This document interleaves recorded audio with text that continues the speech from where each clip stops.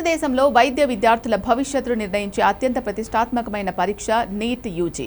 దేశవ్యాప్తంగా లక్షలాది మంది పేద మధ్యతరగతి విద్యార్థులు రాత్రింబగళ్లు కష్టపడి ఈ పరీక్ష కోసం సిద్ధమవుతూ ఉంటారు. అలాంటి పరీక్ష మే 3న పేపర్ లీక్ కావడం వల్ల రద్దై జూన్ 21న మళ్లీ నిర్వహించాల్సి వచ్చింది. అయితే ఎంతో పకడ్బందీగా అంతర్జాతీయ స్థాయి టెక్నాలజీతో నెట్వర్క్ నడిపిన ఈ లీకేజీ మాఫియా గుట్టును సిబిఐ అధికారులు ఎలా రట్టు చేశారో తెలుసా?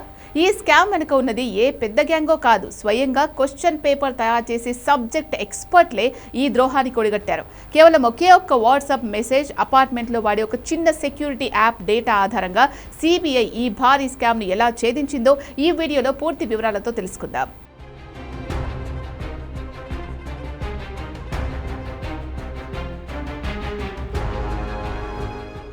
ఈ కేసును దర్యాప్తు చేస్తున్న సిబిఐ అధికారులకు మొదట్లో ఎలాంటి గ్లోబల్ క్లూస్ దొరకలేదు. నిందితులు చాలా జాగ్రత్తగా ఆధారాలు లేకుండా ప్లాన్ చేశారు. కానీ దర్యాప్తులో భాగంగా అనుమానితుల ఫోన్ డేటాను స్కాన్ చేస్తున్నప్పుడు అధికారులకు ఒక వింతైన వాట్సాప్ మెసేజ్ కనిపించింది. ఒక విద్యార్థి తండ్రి నుంచి కెమిస్ట్రీ ప్రొఫెసర్ పివి కుల్కర్నికి ఆ మెసేజ్ వచ్చింది. అందులో ఏముందంటే, సార్, పరీక్ష బాగా రాసాం, మీకు కృతజ్ఞతగా ఒక ఖరీదైన వాచ్ గిఫ్ట్ ఇవ్వాలనుకుంటున్నాం, మీ ఇంటి అడ్రస్ పంపండి అని ఉంది. సాధారణంగా పరీక్ష రాసిన వెంటనే ఒక ప్రొఫెసర్కు వాచ్ గిఫ్ట్ ఇవ్వడం ఏంటి? అసలు ప్రొఫెసర్కు ఆ విద్యార్థికి ఉన్న సంబంధం ఏంటి అని సిబిఐ అధికారులకు గట్టి అనుమానం వచ్చింది. ఆ ఒక్క మెసేజ్ పట్టుకొని ప్రొఫెసర్ కుల్కర్ని ఫోన్ను పూర్తిగా సీజ్ చేసి డేటాను రికవర్ చేయడంతో అసలు నెట్వర్క్ అంతా బయటపడింది. ప్రొఫెసర్ కుల్కర్ని విచారిస్తున్నప్పుడు ఆయన మొదట తప్పు ఒప్పుకోలేదు. విద్యార్థులు ఎవరూ తన ఇంటికి రాలేదని, తనకు లీకేజీతో సంబంధం లేదని బుకాయించాడు. కానీ సిబిఐ అధికారులు ఇక్కడ ఒక మాస్టర్ ప్లాన్ వేశారు. ఆయన ఉంటున్న రెసిడెన్షియల్ సొసైటీ అపార్ట్మెంట్లో విజిటర్స్ ఎంట్రీ కోసం వాడే మై గేట్ యాప్ డేటాను సేకరించారు. ఆ యాప్లోని డిజిటల్ లాక్స్ పరిశీలించగా షాకింగ్ నిజాలు వెలుగు చూశాయి. ఏప్రిల్ 25 నుంచి 27 మధ్యకాలంలో పలువురు విద్యార్థులు మరియు వారి తల్లిదండ్రులు ప్రొఫెసర్ కుల్కర్ని ఫ్లాట్కు వచ్చినట్లు మైగేట్ యాప్లో స్పష్టంగా నమోదై ఉంది. ఈ యాప్ డేటాను ఆయా విద్యార్థుల మొబైల్ టవర్ లొకేషన్లతో మ్యాచ్ చేయగా వారు ఖచ్చితంగా అదే సమయంలో ప్రొఫెసర్ ఇంట్లోనే ఉన్నట్లు 100% డిజిటల్ సాక్ష్యం దొరికింది. దీంతో ప్రొఫెసర్ కుల్కర్ని నోరు విప్పక తప్పలేదు.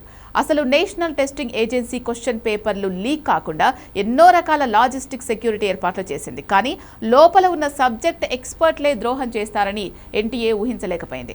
ఈ కేసులో ప్రధాన నిందితుడైన professor Kulkarni NTA chemistry subject ఎక్స్పర్ట్గా నియమించింది. ఆయన ప్రశ్నలు తయారు చేసేటప్పుడు ఆ ప్రశ్నలను ఒక బుక్లో మార్క్ చేసుకుని లేదా పూర్తిగా మైండ్లో గుర్తుపెట్టుకునేవాడు. ఆ తర్వాత బయటకొచ్చి ఒక హోటల్ రూమ్లో కూర్చొని వాటన్నింటినీ చేతి రాతతో నోట్స్గా రాసుకునేవాడు. ఈయన రాసుకున్న చేతి రాత నోట్స్ లీక్ అయిన ఒరిజినల్ క్వశ్చన్ పేపర్తో హూబహూ మ్యాచ్ అయ్యాయని సిబిఐ ఛార్జ్షీట్లో పేర్కొంది. ఈయన తన ఫోన్లో ఏప్రిల్ 25న స్పెషల్ క్లాస్ పేరుతో ఒక సీక్రెట్ వాట్సాప్ గ్రూప్ క్రియేట్ చేసి అందులో జాయిన్ అయిన 9 మంది విద్యార్థులకు తన ఫ్లాట్లోనే లీక్ అయిన కెమిస్ట్రీ పేపర్ను ముందే నేర్పించాడు. కెమిస్ట్రీ పేపర్ లీక్ చేసిన కుల్కర్ని తన విద్యార్థుల కోసం ఫిజిక్స్ పేపర్ను కూడా సంపాదించడానికి ట్రై చేశాడు. దీనికోసం ఎన్టీఏ ప్యానెల్లో ఉన్న ఫిజిక్స్ ఎక్స్పర్ట్ మనీషా హవల్దార్ను సంప్రదించారు. ఈమె ఇంగ్లీష్ నుంచి మరాఠీకి క్వశ్చన్ పేపర్ ట్రాన్స్లేట్ చేసే బాధ్యతల్లో ఉంది. ఈమె కేవలం 25,000 రూపాయల లంచం కోసం పరీక్షకు 8 రోజుల ముందే ఫిజిక్స్ క్వశ్చన్ పేపర్ తన ఫోన్లో నోట్స్లా రాసుకొని తేజస్ షా అనే కోచింగ్ సెంటర్ మేనేజర్కు ఫోన్లో డిక్టేట్ చేసింది. ఇలా లీక్ అయిన పేపర్లు అక్కడితో ఆగలేదు. పరీక్షకు 4 రోజుల ముందే ఒక నల్లటి హుందై వెర్నా కార్లో ఫిజిక్స్, కెమిస్ట్రీ, బయాలజీకి సంబంధించిన 11 సెట్ల లీక్డ్ పేపర్లను రాజస్థాన్లోని జుంజును మరియు సికార్ ప్రాంతాలకు తరలించారు.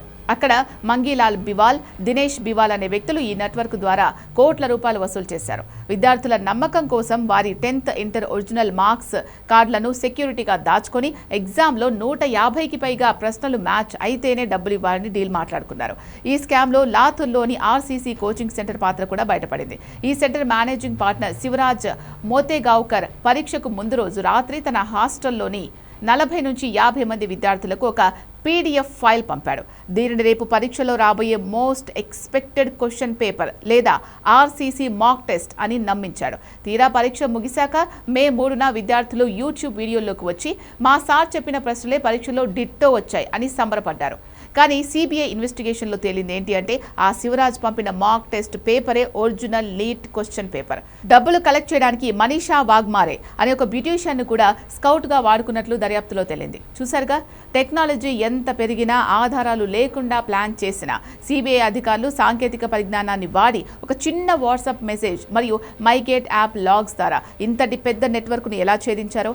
లక్షలాది మంది నిజాయితీ గల విద్యార్థుల జీవితాలతో ఆడుకున్న ఈ ద్రోహులైన ప్రొఫెసర్లు, కోచింగ్ మాఫియాపై సిబిఐ కోర్టులో గట్టి ఛార్జ్షీట్ దాఖలు చేసింది. ఇలాంటి లీకేజీల వల్ల విద్యార్థులు పడే మానసిక ఆందోళన అంతా ఇంత కాదు.